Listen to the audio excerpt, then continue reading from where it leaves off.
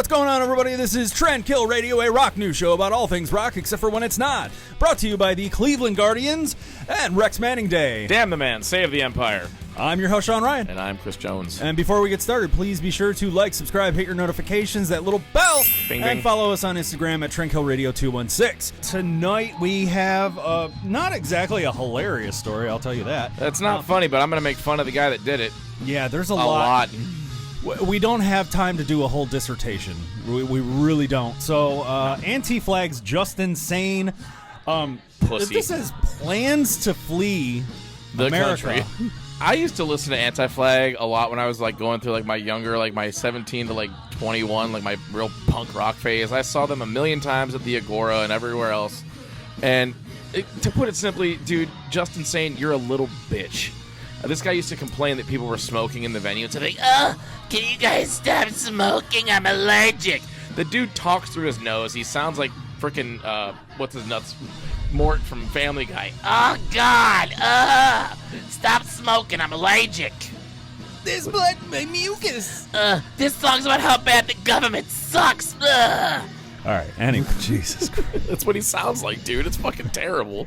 So you sound like. Yeah, it says he's planning to flee the country because he has dual citizenship in America and Ireland, and he has recently sold his house in Pennsylvania. Oh, look, another rapist from Pittsburgh. Pittsburgh's a wonderful town. I thoroughly enjoy your music venues.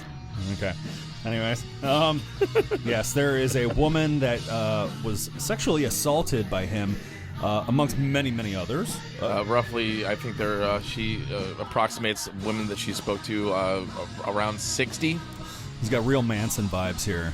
But I don't know. Little Mr. Pro-feminism and super fucking political. And this one sounds actually more realistic than the Manson stories. Christina Sah Hardy filed an amendment to complain that a Northern District Court in New York on Thursday alleging Sane, real name Justin Geaver, has purposely and unlawfully attempted to avoid service. So basically a process server has been trying to track this guy down and serve him his papers. And now because of that, you've been served. Oh, you're a jerk. Like in Seth Rogen in Pineapple I was literally going to Express. say we need to clip in some Pineapple Express jokes here. Chauffeur? No, what? No, I'm not Shine shoes? I'm a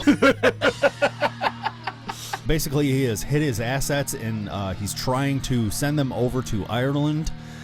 So he will have no money here to actually do anything. This is not a criminal lawsuit. This is a civil suit. Basically, she just wants money from him for the wrongs that he had done to her. She's also filed suit against the band's company, and which also includes the other 3 members of Anti-Flag. Saying they complicitly, They knew what was going on. they and knew didn't do anything. everything, and yeah. I mean, you can't be in a band with somebody and tour for as long as those guys have and go across as many countries as you have and not know. Yeah, basically they're saying he's done this to a lot of underage girls with and without consent, which seems to be a big thing amongst the Warped Tour crowd? punk rock community and post-hardcore And just metalcore. Hollywood in general. Yeah, I know. God, every Stop freaking diddling day. kids. I know, Diddy. Set yourself free. Who by diddy diddle, who diddy diddle, who diddy diddle. I don't want to do it if Diddy did it. I don't want to do it if Diddy did it. It's such a bummer too, man, because I really did enjoy Anti-Flag's music as growing up. Musically, they are very, very good. Their bass player, Chris, too, is actually one of my favorite bass players of all time because he's just really good. But this all sucks. Yeah, Sah Hardy is a New York holistic therapist and health coach. Oh my! Sir Hardy, that was my nickname in high school. Ew. God, this episode's already gone off the rails, and we're only 6 minutes in. I just find Sah Hardy came forward about her experience on the Enough podcast last July, saying, quote, "It was the most terrifying thing I had ever experienced. I can't stress how violent he was and how much I fully believed that I was going to die, that he was going to kill me." I read a little bit more about this in a different article, and I guess they had met up, and she said, he took her to like a trashy hotel bar even though he was supposed to be straight edge, and she was straight edge. But they were drinking a few Coronas or whatever, and he was doing pickleback shots. And it's just like, well, if you're straight edge, like, how do you know how to, how much, like, your tolerance, especially for a weasel like that. He's a scrawny little dude. He's like a 90-pound wuss. Yeah. So, like, how do you know? Like, the guy's got to be drinking anyway. So they go up to the hotel room, and he goes, "Football tackle!" And he tackles her, and he's giggling and stuff. And then it, like, immediately turned into, like, and, like, just fucking slammed her on the bed, choking her, making sure she couldn't breathe, and violently assaulted her. Like, and she's going, this guy that I looked up to was on a poster above my, in my ceiling in my bedroom that I looked up to so much, and now he's on top of me, and it looks like a completely different man, a complete different monster. Like, it was just it was very graphic. It was bad, dude. Ugh. But I mean, those are the facts, dude. That's facts, but Justin saying you're a little bitch.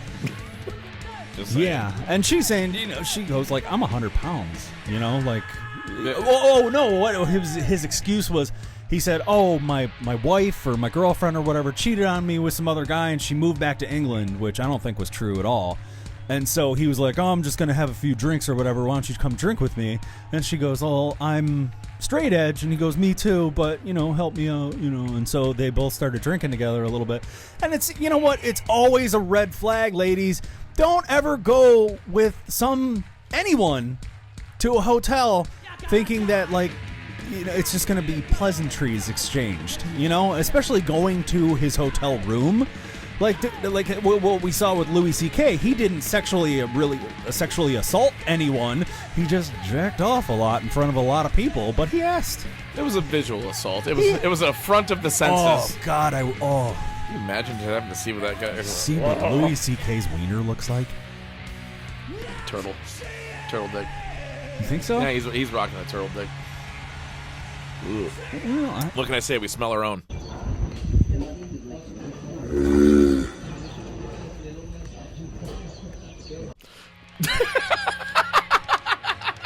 So once all this news came out, that led to the band, I mean, literally within several hours, not even just disbanding, deleting all social media, just gone. All social media went black. Just bam, gone. I was surprised at it too, because I had never even heard of any of this stuff up until now. Jimothy did, but he didn't say anything. And Jim, if you see something, say something. You're a problem. You're a real problem. It's news stories. But it was overnight. The band disbanded. They were gone. Everything was cleared off the internet.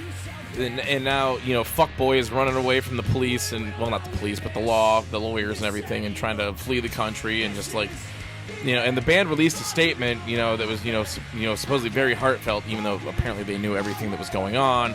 And the ironic part here is that this band had a very pro-feminist, he was so full of shit. Bullshit. Oh my God, yeah. The whole we stand with women, we believe everything that they say, feminism, all this kind of stuff. But he used that as like a platform to manipulate and do bad things.